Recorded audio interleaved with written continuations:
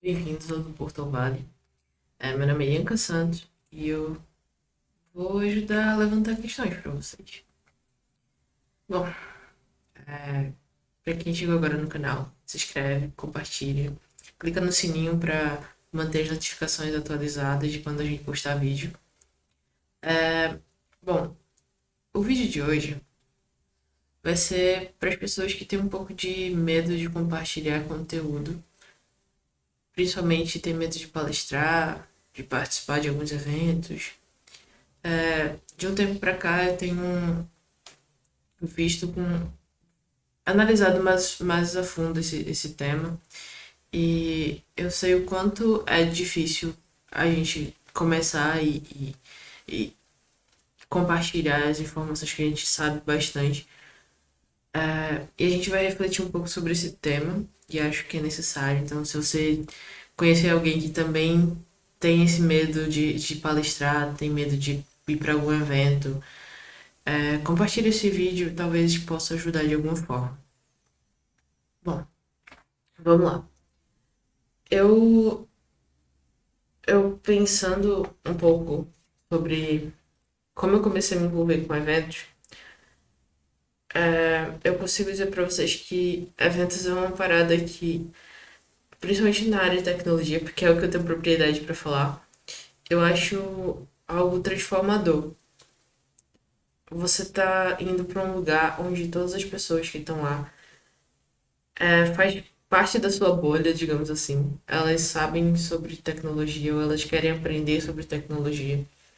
E nem todo mundo que tá lá tem resposta para tudo ou sabe de tudo.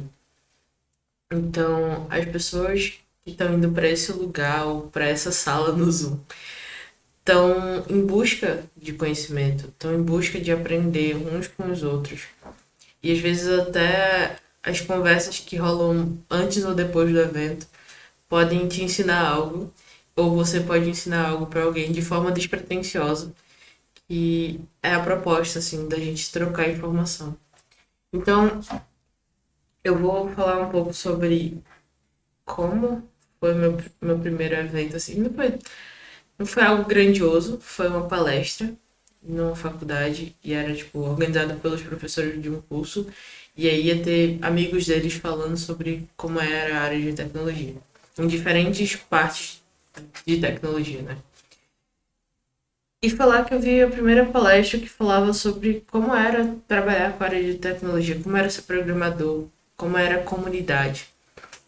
E eu vi alguns, tipo, foram duas pessoas falando e cada uma compartilhou seu ponto de vista. E elas basicamente estavam compartilhando coisas que elas tinham vivenciado. Isso foi fácil de entender e da gente como público aceitar como verdade absoluta, porque era algo que eles tinham passado na prática. Então eles tinham conhecimento próprios para falar sobre aquilo. Por mais que mencionasse artigos, livros ou coisas assim, mas em geral eles estavam falando de experiências que eles tinham passado. E aí, dessas experiências que eles me falaram e que eu não tinha analisado antes, porque eu estava num momento em que eu fazia curso técnico na área de programação de jogos, eu estava sendo cobrada para passar no vestibular na área. Assim, podia ser em qualquer curso, mas que eu passasse no vestibular para federal ou para o pé daqui de Recife, de Pernambuco, né? E em geral eu tinha que passar no vestibular, de todo jeito, para começar uma faculdade, para um dia ser alguém na vida. Era a realidade que eu tava passando naquela época. E aí eu, nessa palestra, nessa manhã, assim, nesse curto período que eu tive contato com essas pessoas, eu aprendi que, primeiro, eu não precisava ir para uma faculdade pública porque eu conseguia ser alguém na vida ou pelo menos trabalhar com a área de tecnologia. Tanto fazendo uma faculdade particular, quanto eu sem ter uma faculdade, sem ter terminado a faculdade, sem ter entrado na faculdade. Eu conseguia ser um profissional na área de tecnologia. Segunda coisa que eu aprendi, que a comunidade de tecnologia é muito acolhedora e que as pessoas estão sempre se envolvendo e sempre ajudando umas às outras lá dentro. Então você pode ter abertura para pedir ajuda, que as pessoas vão ajudar. É esse o princípio da comunidade, basicamente, assim, no meu ponto de vista. E se você teve alguma experiência complicada com algumas pessoas da comunidade, procure outras, porque talvez essas pessoas que te afetaram de alguma forma, elas não estavam alinhadas muito bem com esse princípio. Mas é o meu ponto de vista e eu acho que é da maioria, assim, que tá lá na comunidade para ajudar as pessoas que estão, principalmente que estão querendo entrar na área. A segunda coisa, na verdade, a terceira coisa que eu aprendi é que não tem idade para entrar na área de tecnologia. E os, os exemplos que me foram citados na palestra foi nada mais, nada menos do que o Maljó, que é um cara referência assim na comunidade na área de CSS. Ele tem blog, tem livros escritos relacionados a coisas relacionadas a front-end. E pra galera de antigamente que era os webmasters, o Maljó era o ídolo. E ele começou na área de TI acima dos 50 anos. Então, para muita gente, ele é uma referência de tipo, não tem idade para começar, não tem idade definida para começar. E um outro exemplo são as pessoas, os meninos ou as meninas prodígios que começam a programar muito cedo e que começam a criar projetos, participar de competições de código e que se destacam justamente por ser muito jovens.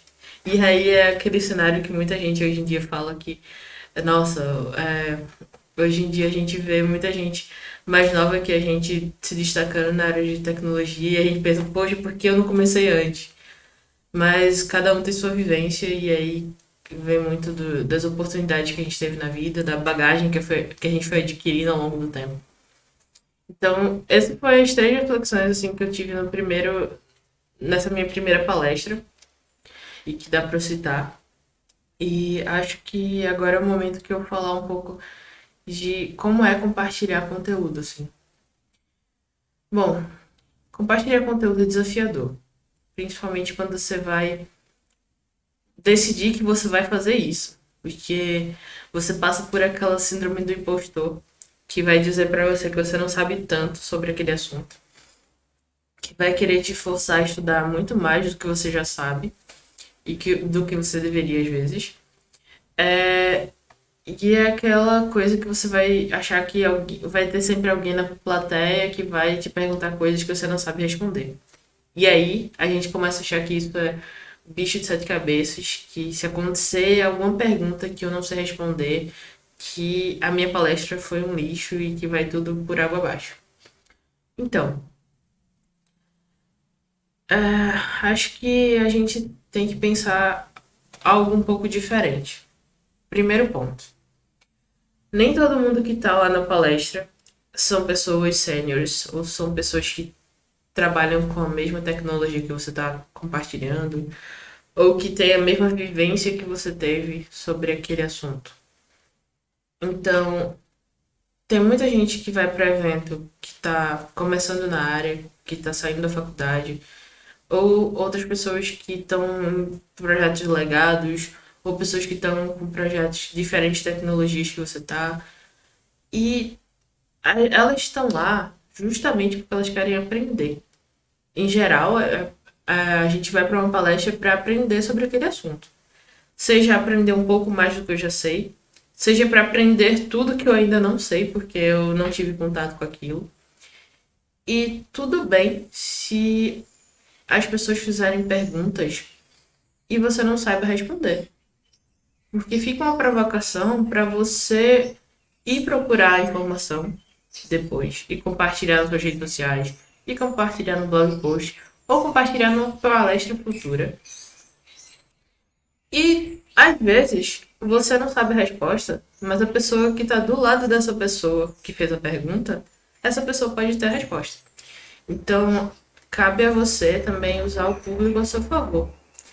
Quando acontecer algum imprevisto, você pode questionar se alguém sabe essa informação para contribuir com vocês, para todo mundo aprender juntos.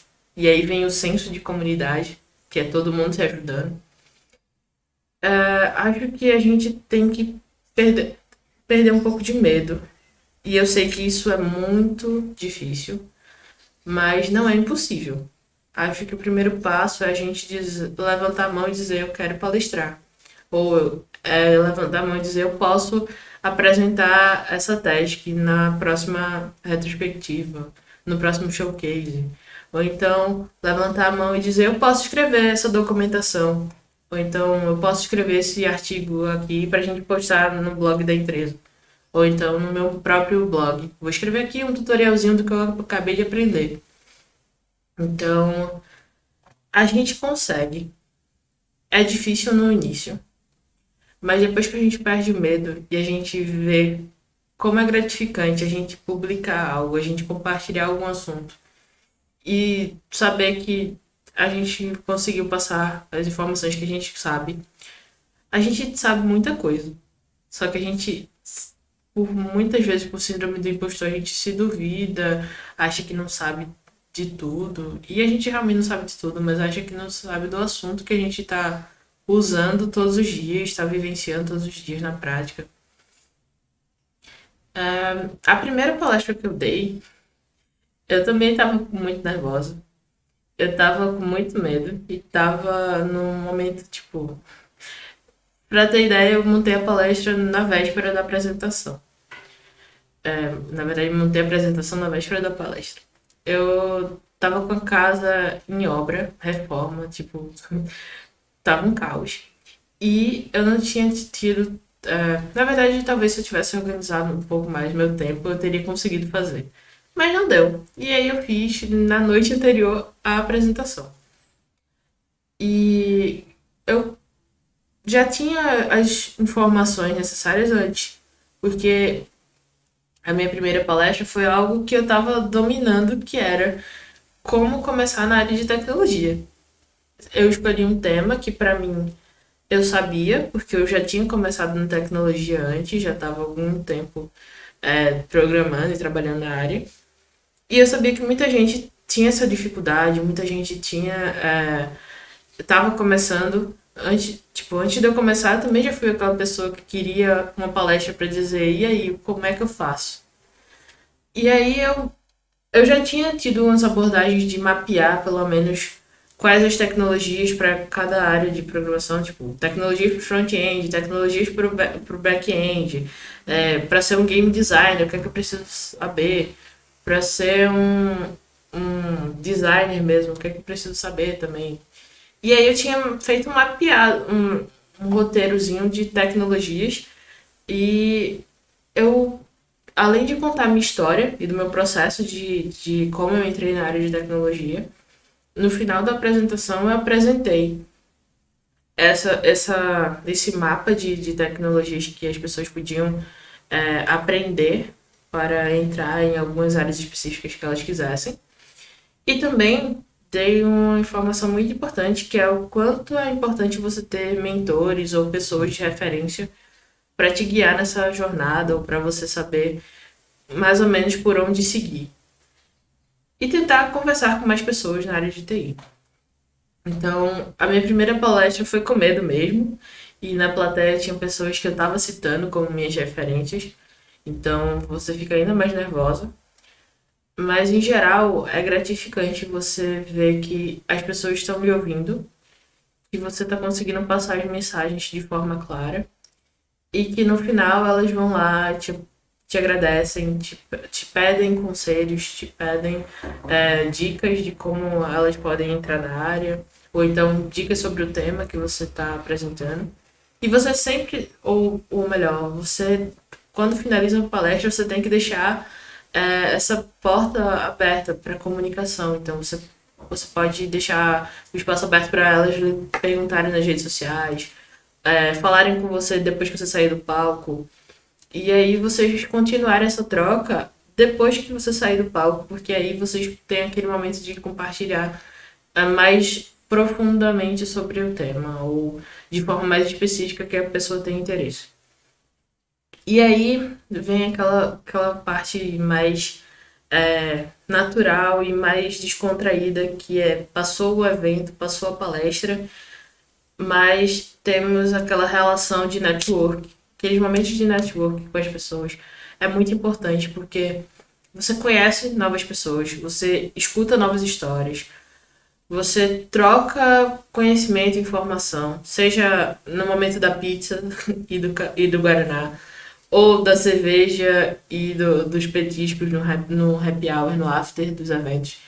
E esse momento é muito importante porque cria um vínculo. Você além de ter apresentado um conteúdo fantástico para as pessoas, você vai estar criando um vínculo com elas para você conhecer mais pessoas, você ter pessoas para interagir sobre temas diferentes. Você descobre que na plateia tinha um designer que estava querendo migrar para a área de programação, ou que tem alguém que é da área de front-end, mas foi para uma palestra de back-end, porque queria entender um pouco mais do fluxo que acontece no projeto dela, que ela só tem conhecimento sobre front. Você começa a ver o objetivo das pessoas estarem ali. E muitas vezes não são os mesmos que os seus, mas são complementares ou que você nunca imaginou que a pessoa ia estar ali, talvez por conhecer você da rede social e você nunca tinha visto a pessoa na vida, ou que a pessoa tem interesse em migrar para a área, mas ainda está estudando no colégio e tem interesse em conhecer a área de TI. Então, assim, cada pessoa tem um objetivo diferente para estar ali ouvindo sua palestra, ou lendo o seu conteúdo, ou vendo o seu vídeo. Mas é importante que você tome esse primeiro passo de dizer: eu quero compartilhar, eu vou me arriscar. Se eu errar, não tem problema. Eu vou aprender para na próxima vez eu me adaptar e melhorar minha apresentação. Ou então trazer temas mais diversos para o que eu estou falando. Às vezes o primeiro passo é difícil e o que faz a gente evoluir também é o feedback que a gente escolhe depois disso. Então, você apresenta, você faz o que você quiser fazer e depois é importante você pedir feedback sobre aquilo, seja para pessoas próximas, seja para pessoas que estão ouvindo a palestra pela primeira vez ou estão ali, mas que viram seu processo de evolução e que você está disposto a ouvir e tentar melhorar. Sempre é bom a gente estar disposto a ouvir as pessoas e disposto a melhorar também o nosso conteúdo. E é isso, gente. Falei bastante, mas é só uma reflexão sobre o tema. E deixem seu like, compartilhe o vídeo e se inscreve no canal, gente. Bom, até a próxima. Tchau, tchau.